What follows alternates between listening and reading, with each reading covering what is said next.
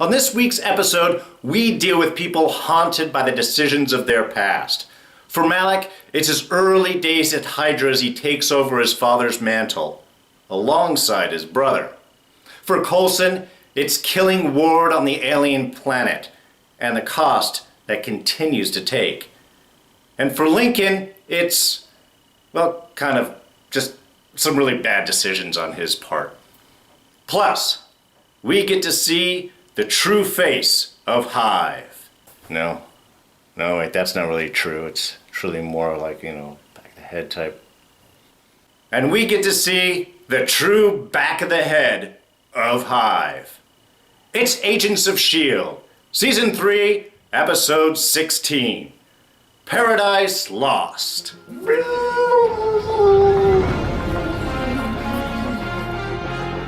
Alright, spoilers ahead, just so you've been warned. Oh, really good episode this week. This is actually reminding me really a lot of the back half of Season 1, which we all know so well when we were dealing up with the big revelation from Winter Soldier and the reveal of Hydra. They've done the same thing last season. The one thing S.H.I.E.L.D. really has been good at is the whole first setup of the season really is setting up storylines. They've moved things along really well, and then you get a couple of little lull episodes as they set up. Now they are beginning their big rush towards the end. And if it's anything like it was in the previous seasons, these are pounding episodes, and this really much the same. Last week, Space Time, really good episode, glimpses of the future, kind of expanding the world that way. This week, they're really getting into their groove, laying storylines but continuing to pace forward and not necessarily drawing conclusions. Something I really enjoyed in this episode. It's continuing to move things forward, doing the long form narrative that S.H.I.E.L.D. really is at its best at when it does it. That's something Marvel knows really well. Instead of self-contained stories, we're looking at movements of larger arcs and just non-stop pacing from beginning to end. And that's really, I think, something just wonderfully executed in this episode. So, of course, the big thrust of this episode, the big kind of reveal on that sense, is the backstories on Malik. Seeing him in the early days, taking over the mantle after his father died of his family's place in Hydra. And we get to meet his brother, who we didn't know that we had, though as those things usually play out, that brother's not going to last to the end of the episode. It's usually how these things are. But it was really nice to see the little visit to Daniel Whitehall, that sort of tribute to past Hydra leaders, and the conflict between what you see are kind of two camps within Hydra, at least at the time. Was the more of Red Skull scientific advancement, and the other side that dealt with more of the traditions and the alien entity going back and bringing Hive back from Mammoth, from the alien planet. So it was kind of nice to see that little bit of interplay, that little depth within Hydra. But of course the big reveal on that is finding out how his father has survived. And I think this really establishes Malik up well as seeing him as a pragmatist. Yes, he has a belief in the way that the systems are, but he also has a strong belief in himself. And that's something that I really wish that he had brought forward into the argument. I understand the haunting of the decisions that he made to keep the stone in there and to sort of survive, and that cost him his brother.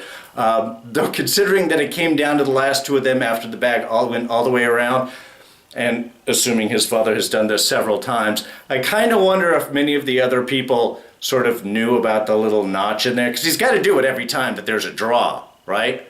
So maybe it just went all the way around, they're like, oh no, there's the notch. Just, I don't know, I thought that was kind of a funny little thought for me. But I really thought that the sort of pragmatic approach that he might have had after that when dealing with Hive and that conversation of true sacrifice that he got towards the end. One, did not know, didn't really see his daughter dying, and that might have been the image that he had seen, was himself as his daughter being killed by Hive. I mean, I kind of like the interesting interplay on that thought there.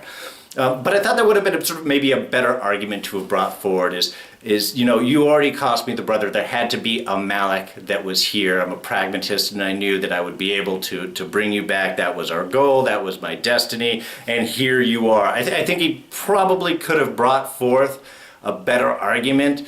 But maybe if he hadn't been haunted by that image and that impending doom, maybe I think that threw him off the mark a little bit. But overall, Powers Booth, great job. And the guy who played young Gideon, I think, did a good job of sort of, holding up some of the mannerisms of him, especially when he sat with his brother on their way to Whitehall in the back of the limo. I think he really used the body language for Powers Booth quite well. So when it transitioned over into the fade into the modern time with Powers Booth, it was just sort of perfect lineup. So great job with that. But as of the rest of the episode, again, really well moving things forward. We had Lincoln and Daisy's visit to James.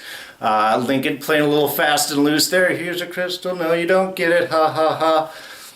I thought that was kind of messed up, but this might be a storyline that plays out a little bit further. But I thought it was...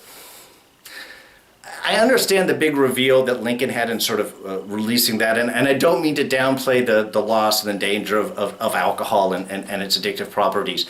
But we're dealing a lot with the way that James had set it up. I thought that there was violence involved, that he had hit his girlfriend or whatever, but he didn't seem to be violent in his source. He made some bad decisions. He was angry, he was drunk, he got in the car and drove, as many people make the mistake of doing. And I think Lincoln's kind of paid for that and moved forward. Yes, there's always that potential and that possibility. But I think to me, they sort of played that up like a big thing. And then it was like, oh, you made some bad choices and your girlfriend almost paid for it. That's horrible. But the way it was built up, I was thinking that he was like a violent drunk and beat his girlfriend and blacked out and, woke up and she was wounded in the hospital and, something like that. That would have carried the dread that sort of James with the storytelling and the way that Lincoln was holding on to that secret. Yes, it's embarrassing, but that's not really a dangerous person per se. That's just some bad decision making. And of course, the other big thing is Coulson really grappling with the effect of Ward coming back, of Hive, and feeling that he is responsible for that. From the very beginning, when May comes in and he's staring at that great picture of Ward, of Hive, staring back into the camera, and, she says, I thought you had killed him. Well, I did. Well, you didn't kill him well enough. You can see that it's really starting to, and every little step that they are discovering a bit more and sort of finding out more of the cost and what the danger, Ward was danger enough before as it is, and now it's just that dangerous body with an omnipotent mind behind it. And just sort of seeing that effect that it's having on Coulson, and the little discussion between him and Fitz, because obviously these two, they were there together, and I love that Fitz is right up with him, mirroring the line that May had said, we do what we have to. But Coulson, again, convinced, but it's not what I really had to do, it's what I wanted to do. And does that make the difference? Is the malice in the heart really the cost? Is that the effect that we have? And I like that they are grappling with these issues. We've got dealing with the makeup of Hive, the little research into it. Again, not finding any specific answers yet, but they are finding clues here and there, going with the agricultural. Oh, and I love to believe that was a little jab at Monsanto with the genetically engineered crops and the pesticides and endangering the planet's food source. I just appreciated that as a nice little jab. And I think what they found out with the animals, what they're going to find as they follow the birds, and all these are swarming group movements. If there's some way to disrupt their coordination, that'll be the weapon that they'll use up against Hive. I'm sort of thinking that they're aiming in that direction. We'll have to watch and see if that's what plays out. But again, they're not finding answers, they are finding clues, they are moving things forward, and it keeps it from having the science being the always easy answer. I like the fact that it's taking time, and they get to move forward. It keeps the pace running forward, in a great fashion. So like I said, definite thumbs up there. Now, the really cool fight scene in that between Guerra and May, it was beautiful. It was nicely done. I like how they're working with Guerra's powers. He can't deal with biologicals. And I had the question about, well, with clothes, is that going to mean something? Well, cotton, that was biological once. And is it leather? You know, May always seems to be wearing leather, though I don't know if that's sort of a faux leather thing. But what if they're wearing polyester?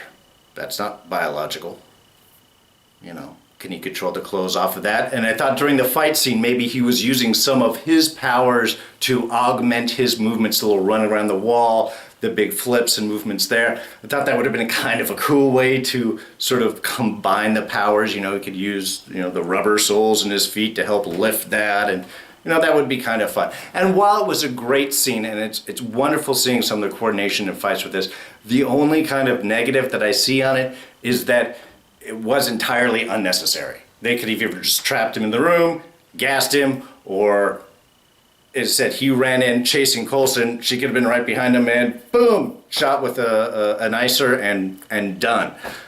So, I mean, it was a great fight. It was very cool.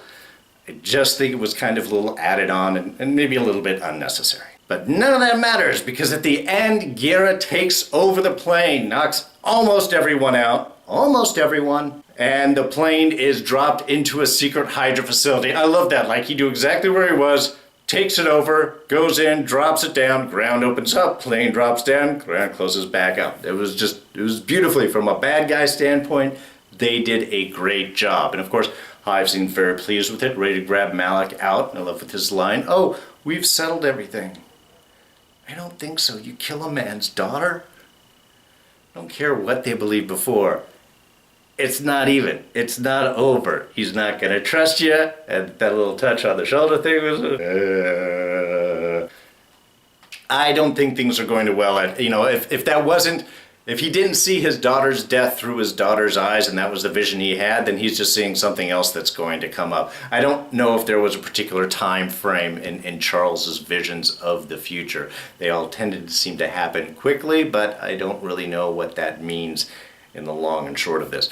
Though it's great having Powers Booth in here. I mean, from a performance standpoint, it was great continuing to keep him here because he brings stuff to every scene that he is in. He is a powerful actor. He is a powerful presence. And we need those big bad guys. We need to maintain them and not just a new one every season. So if they could keep some of these around, I think that would work out great. But like I had said, at the end of the episode, Fitz isn't knocked out. Everybody else seems to be. Remember, Fitz dived behind the sort of apparel things as the object, was it the gun that he threw at him, went into the windshield behind him. So he was down, and then Guerra ran away to get to the front. He had knocked out Mac, then he knocks out Coulson, then he takes care of everybody in the cockpit, including May and Simmons, but Fitz should still be running around. So we've got some possibility for a little salvation for our heroes. But that's really going to come with the return, well, not the return, with the big build-up. We've had sort of a sneak inkling of them before, but now really the return of the Secret Warriors, of Daisy's team. We'll have Lincoln and Yo-Yo Rodriguez, and it's going to be great. That's what next week's going to be about, and I can't wait for it. Like I said, they're doing their back end of the season. They've always been really good the past couple of years of ramping things up, keeping things going at a great pace, and this is really, with a long-form narrative, a lot of action over time. That's where their strength really lies, and it's going to be awesome. We will find out next week, though. Come on back here. Please press like if you enjoyed my review today. Feel free to subscribe. Come back every week with this and the other shows we do. Comments in the section below. Did you think of something different? What are your thoughts? Write them down. We'll start a little dialogue. I've been doing it with a few of you, and I really, really do enjoy it.